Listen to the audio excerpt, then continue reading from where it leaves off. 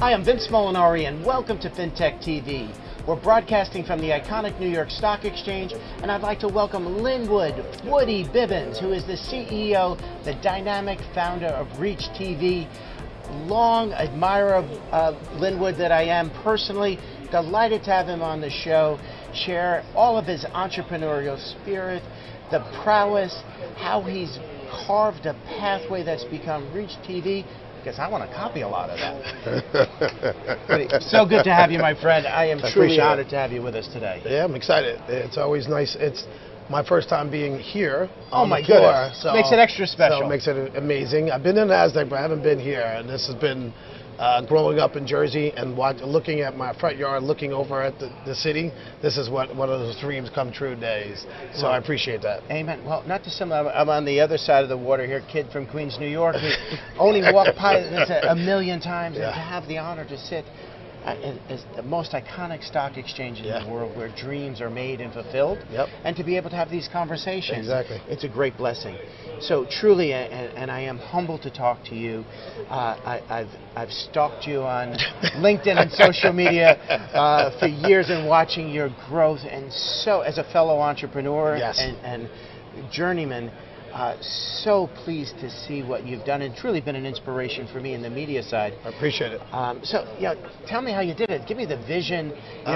You cut new pathways. Yeah, I think the why for ReachTV has been the interesting part. The why was I saw an opportunity to look at a screen, and I wanted to see, can I program it?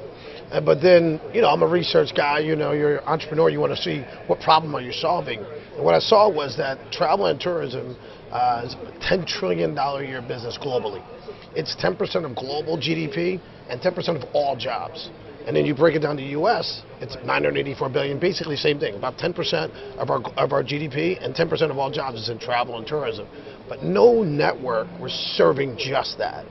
So I said, if I could figure it out and put it into place where travel and tourism, really the epicenter is airports, if I can do that, then maybe I can take over and be that network for travel and tourism.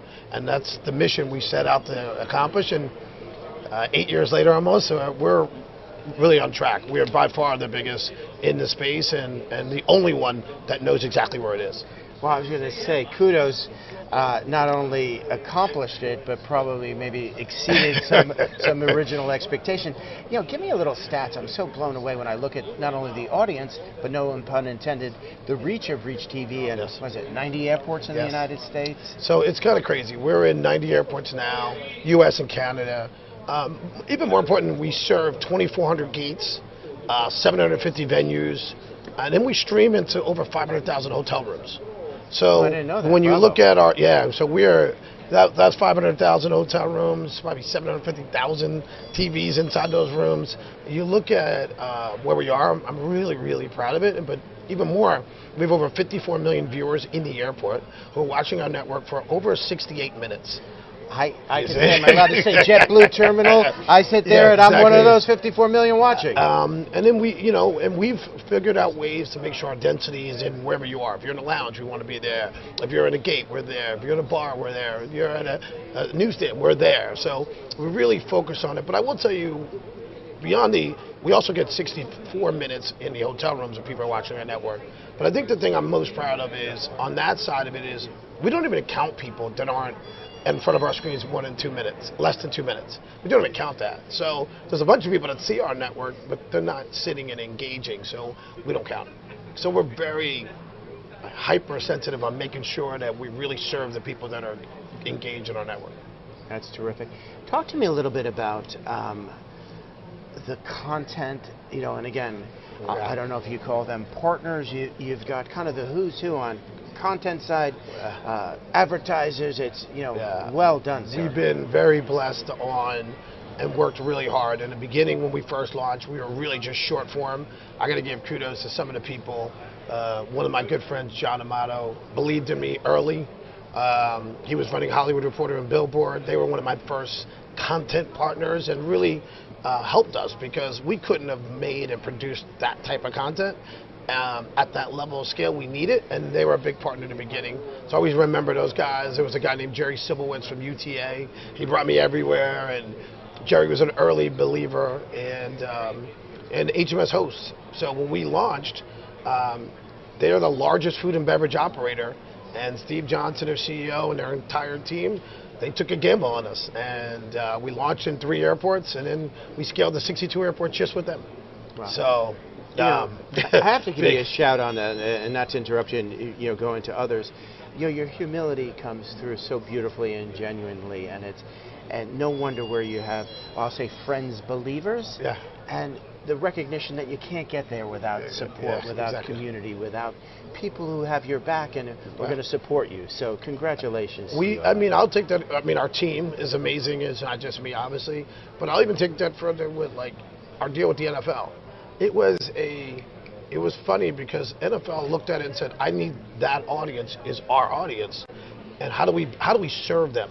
And our relationship was more like, how do we serve the viewer who are fans, who have to travel on these days?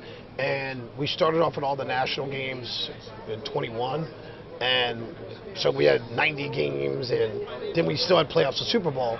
And over the next 2 years, we've both committed to study and find out when the viewers, what else do they like to see.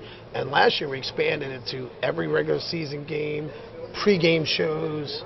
I mean, and we really, our travelers and our viewers really were like, now I'm getting the full NFL experience, because now your fantasy leagues are accomplished everything. So NFL's been an amazing partner for us, and because of where they are, 94 of the top 100 shows are live sports, and NFL dominates that. It's helped drive our growth tremendously, and they've been nothing but an amazing partner for me. Well, then I'm sure you've been a great partner for them. Yeah. As we close out, Lynnwood, I don't know if you can give us any look into the future, if you're giving away anything, but love to hear any of the future plans. The future is going to be more sports, so I'll give you two ways. One, we went to live golf last year. We got college football last year, college basketball, both men and women. We are going to go to other leagues. You can figure them out. The one thing that we're doing, really important for us, is one, creating the density in all places that our travelers go. We look at the data and follow that. And then two, we're going to go global. When we say that Reach is going to dominate the travel and tourism media infrastructure, we are going to do that, and that's something we've got some deals that are brewing that we have signed, but we haven't announced yet. But you'll see Reach in 30 different countries in the next 12 months. You'll see our density in the U.S. even increase, and you'll see multiple new sports leagues come on.